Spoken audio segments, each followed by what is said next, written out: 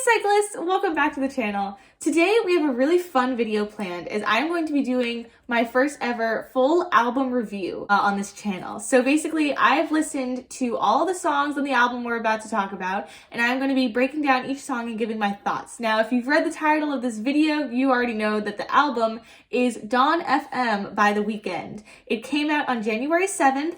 So at the time of filming this, it's around the end of January, so it's been out for about 2-ish weeks. So I'm a little late in recording this, but I wanted everybody to have enough time to listen to the album in full and have their own thoughts and opinions on the songs before I gave my review of it, so that we could all have an interesting discussion. So without further ado, I'm going to go ahead and break down each of the songs and talk about what I thought of them. And at the end, we'll see how much I liked the album and we'll rate it out of 10. So the first track on the album is self-titled Dawn FM, and it's basically just like a 1.5 minute little like summary of the album. It features a lot of like themes and motifs and sounds that are going to be recurring throughout the songs, and it also features a spoken word section by none other than Jim Carrey, who was the last person that I thought was going to be appearing on this album. But he sort of acts as our narrator on this fake radio station. Not expect that, but then right after it we get this like cute little jingle, which I think is a really cool idea because it really like unsettles the listener a lot. And basically I just really enjoyed this song. I think it definitely got me in the mood for this album. I sort of went into it blind. I didn't have any expectations. I didn't research anything. I just wanted to listen to it and then get the understanding afterwards. And so for me it was very jarring and it was very exciting for the other songs to come on the album. All right, so the next song was Gasoline, and it was a very much like a dance pop number, but the themes of the song and the lyrics of the song were not happy at all, which was a really nice like contradiction with each other. I want to highlight that this entire album had wonderful production. Vocal production was so clean and so innovative and just so detailed. And I think the song like is a great representation of that. They literally distorted his voice for almost the entire song to be in different ranges, which made me wonder like how this song would be performed live. Like I know he's going on tour in the summer of 2022, so I wonder how he would perform this live, if he would perform this live, because it was just so reliant on the production. And the production was very well done, but I feel like I didn't get a lot of like his actual voice through it, which is fine. But so I really enjoyed this one too. All right, the next song was How Do I Make You Love Me, which I thought was a pretty fun dance number too. The beginning rhythm was super fun. There's a part in the song where he breathes on the beat, so he has like this which lasts for a couple of measures, which I think really adds to like the uneasiness and makes the listener feel like sort of out of breath listening to it. And when like it puts them in like this tense situation, which I think he does throughout a lot of his songs, where it's like they're so engaged because they don't know what's going to happen next. Like there's this like anxious tension in the song that I really enjoyed. And I think like this song in particular highlights a big theme that is going to be throughout the album too that I really enjoyed, which is sort of like this idea of like humanity versus technology, which I think he touches on a little bit and more so uses as like technology as a metaphor for death. But I also think that there's this sort of like hedgeway in between it with a lot of his songs where a lot of the production is very technical, very synth, but a lot of the lyrics are more human and in a way sort of more primitive. I just enjoyed that this theme was very really highlighted here with like the really heavy like technical production versus like the human breathing, and just a simple contradiction, but it really builds tension. All right, so the next song is called Take My Breath. This was actually released as a single to promote the album back in 2021, but I had not listened to it then. I waited for the album to drop so I could listen to it all together. And I just want to say that I like a lot of the stuff that I was talking about in the previous entry, that a lot of it was because of this song, like highlighted a lot of those elements. The Weeknd is known for doing a lot of like 80s nostalgia in his music, and this song was like no different. It had like a bass guitar strumming that reminded me a lot of the opening to Eye of the Tiger. And a lot of the songs on this album have openings that are like, oh, that reminds me of this song and like this other 80s song. So I thought that that was just classic Weeknd. And besides that, it had like a really cool wave effect where the phrases of the opening measures would start out very soft, get loud, and then soft again. Soft, loud, soft again, which sort of gave it this like wave-like feel, which I thought was super cool, not only because the style of the song was like synth pop, but also because the metaphor is a radio station. So the wave-like effect could be for the radio waves. This is the type of stuff that I was talking about when it comes to the production detail. It was just so detailed, like everything had a purpose, which was just so fun as a listener to be able to point out and be like, oh, that's so cool that they did that. The other thing about this song is that while the production is very technological heavy, the lyrics evoke a very natural feel. So a lot of the references I wrote down where he talked about fire, sacrifice, heaven, dreams, breath. So to pair that with the technological production it's such a cool effect. And I think it gives the song a lot more meaning than just like a standard pop song does. So number 5 is Sacrifice. I really enjoyed it. It was a very like traditional pop structure, which is not a bad thing. I think it really goes with the theme of like the synth pop and everything. It was somehow like chill and upbeat, which I think The Weeknd does a really good job of doing. The whole album, except for like maybe a couple songs, they're like have this like duality to them that's really interesting and it's really cool. It makes it a good effect.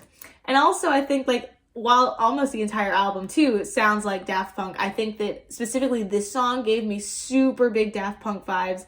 Mostly I think just because of the distortion they do in his voice for certain sections is like almost the exact same as Daft Punk. Which I love. I love the references. The entire album is filled with musical references and nostalgia.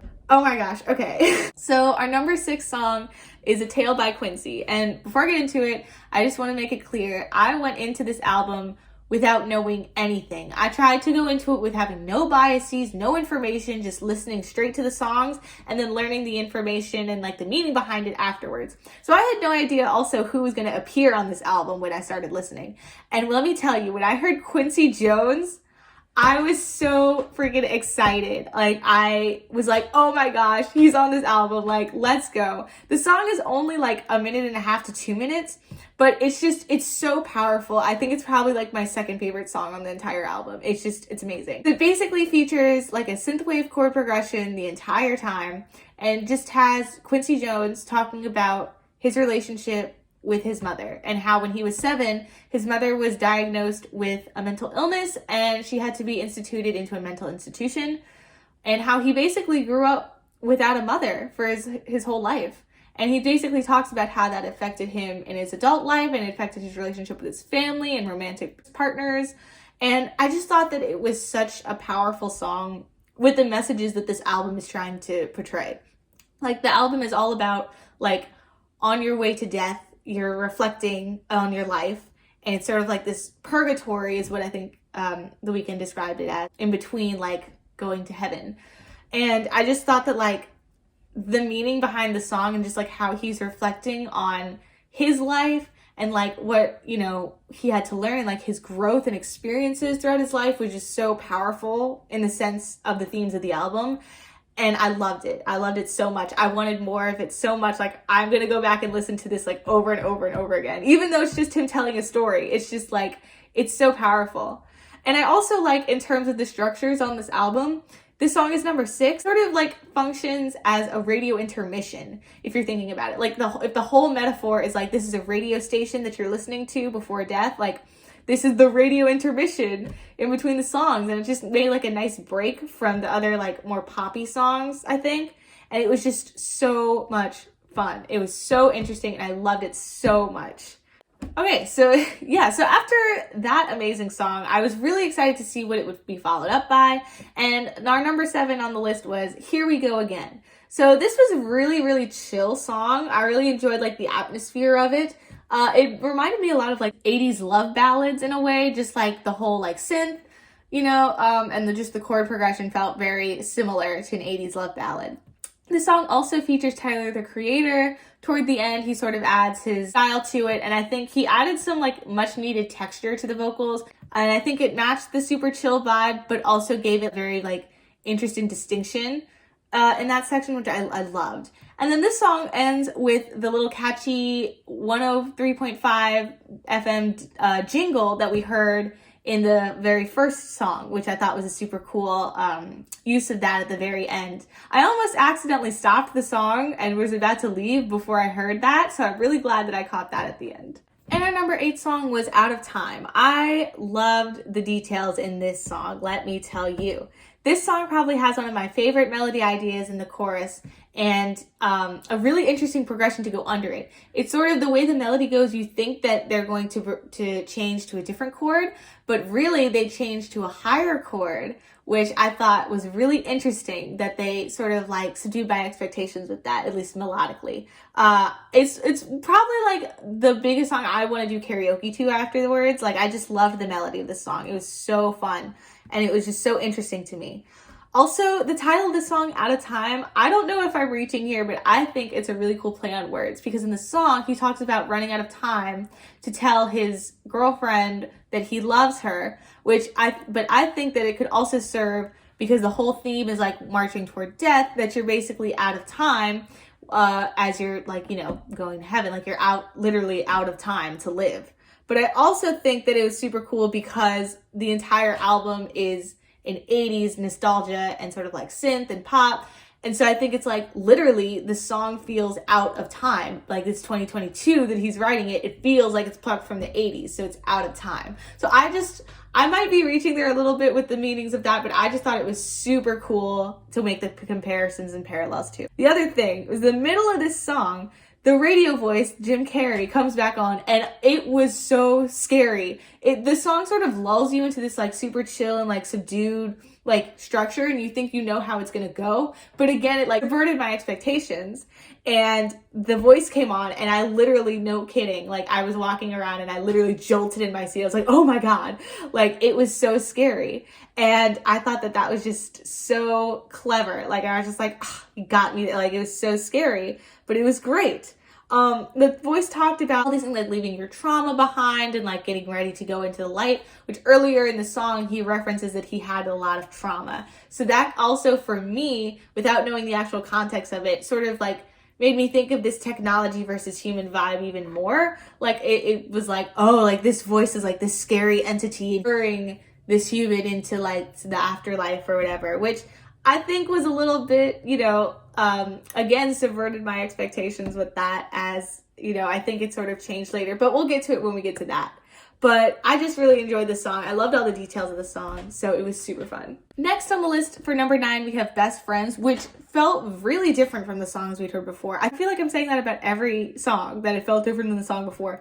But this was a lot more chill in terms of production-wise. Like, it was still produced, and it definitely, you could feel like it was produced, but there's a lot more emphasis on his voice. It sounded just a tad bit less distorted than the other songs, which I thought was a nice feel. It felt less like poppy and just more like synth in general, which I enjoyed very much.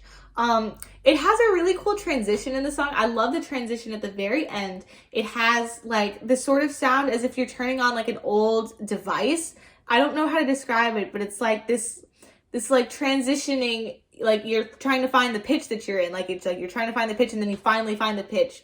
And it was a sound that was used in a lot of like old startup like TVs and everything.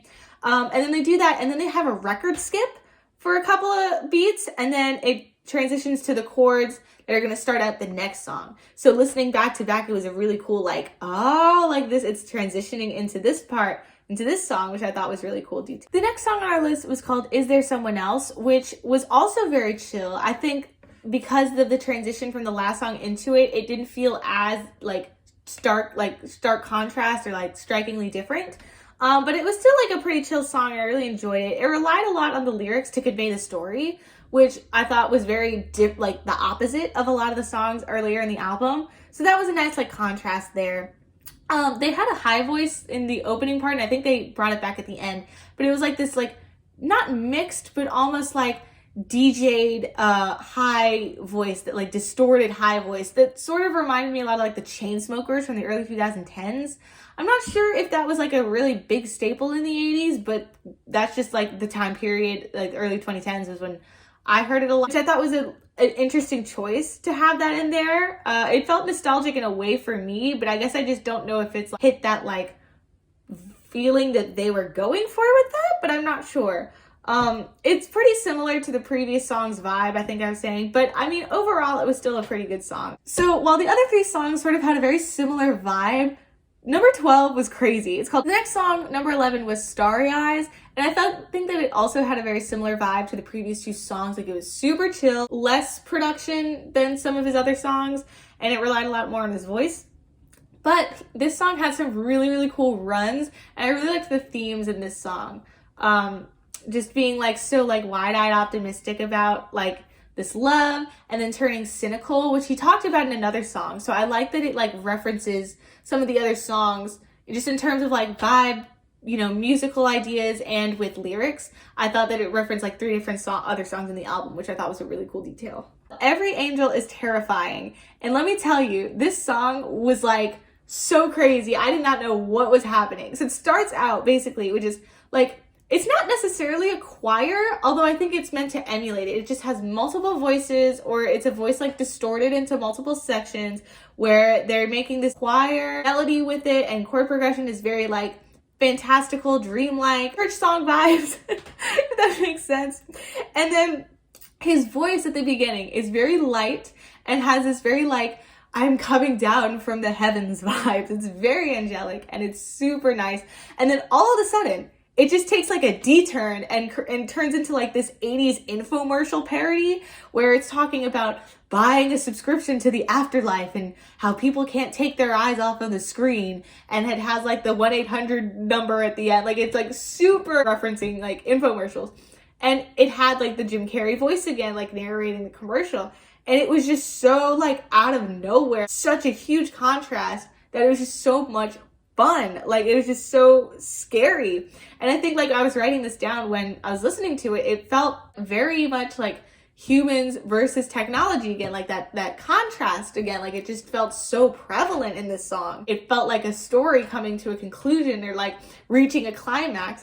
I wanted more of it. It was awesome. So after that craziness, number 13 on the list was Don't Break My Heart, which was really chill, but in like a less lo-fi kind of way, if that makes sense. Like, it still feels danceable, but it feels like a cool dance, you know what I mean?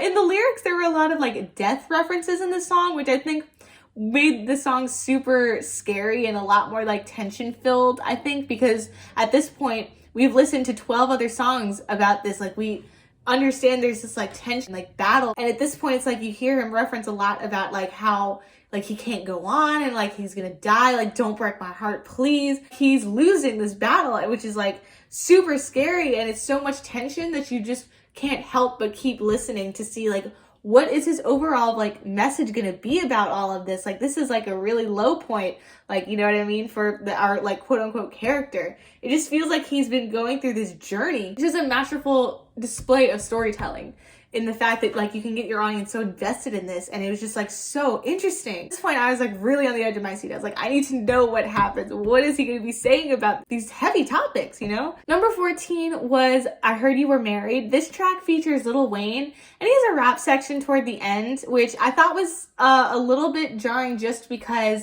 I know that there are different rapping techniques. Like, some people like to rap off the beat and some like to rap on beat, but it felt like he was sort of going in between those two, so I could never get a fully clear sense of what the rhythm was.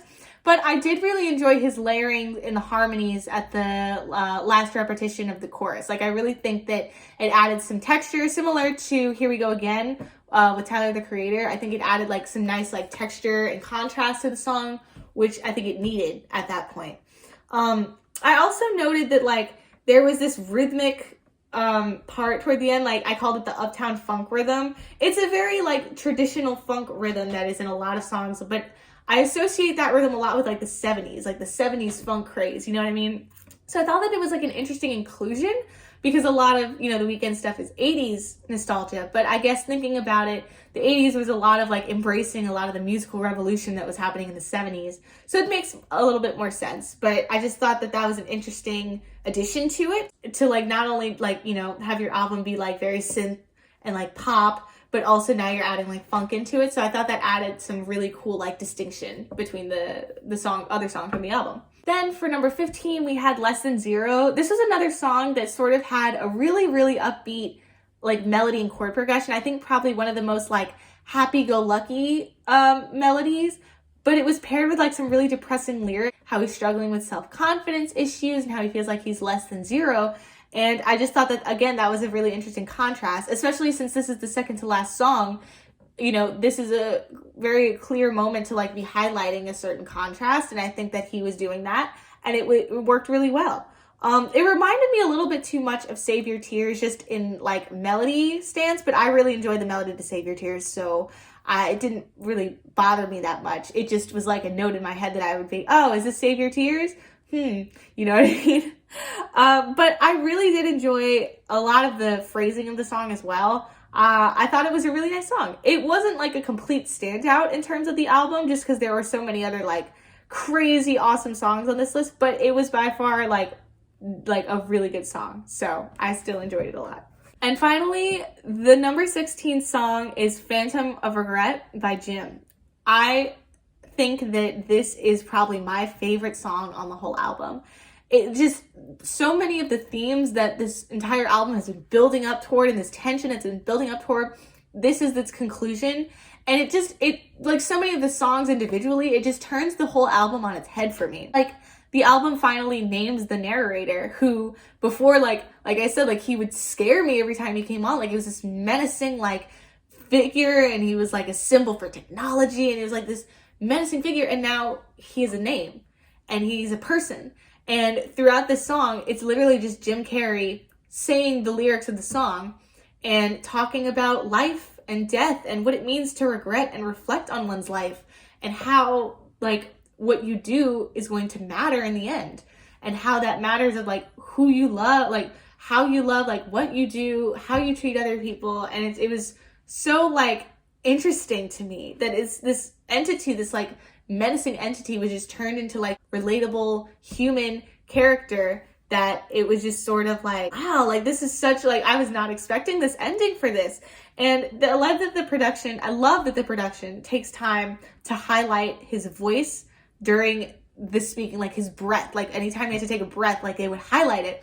And I love that because, you know, before in a previous song, like breath was used as a way to like make the Weeknd's character feel human and to like contrast with this technology. And it's like, now it's like literally the voice of like the technology, and the voice of death is like breathing. He has this human side to him, and it was just so like, so impactful in terms of storytelling. Like, it was just brilliant. And then it finally ends with the birds chirping, which was the sound that we heard at the very beginning of the very first song. So it's like letting you into this world and then letting you out, and it's just like the same way.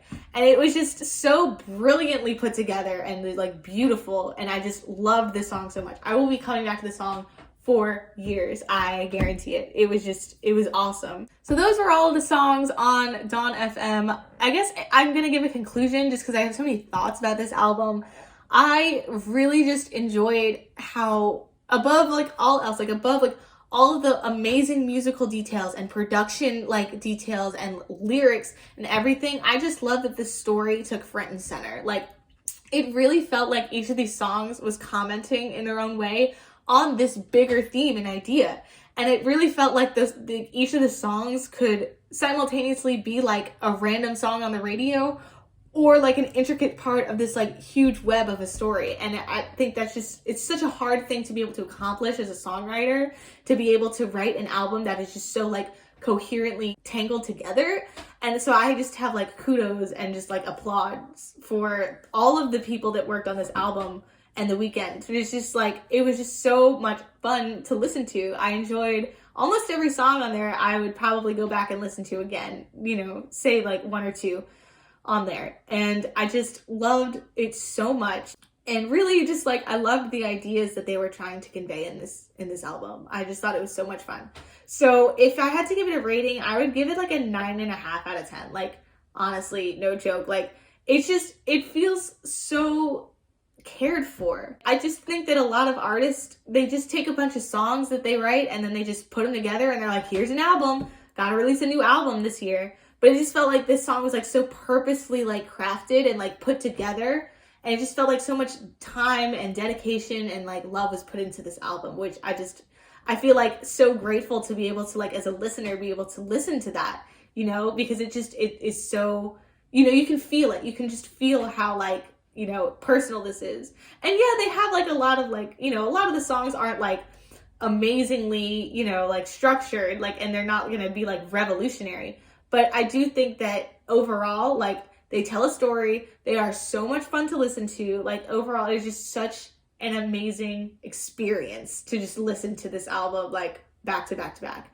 And I love that I got to make this video. So if you want to see more videos like this, please recommend albums I can listen to, because I love listening to new music and just going over stuff like this and just talking about this. I just find so much fun. So I just thank you guys so much for watching and listening to my long ramble and talk about this album. If you liked the video, feel free to subscribe and hit the notification bell to know when I post new videos, and give the video a thumbs up. And if you want more behind the scenes content, like I'll be posting a picture of how I set up this video today, feel free to follow my Instagram at songcycle_official on Instagram. Thank you guys so much for watching. I hope you have a wonderful day, and I'll see you in the next one. Bye!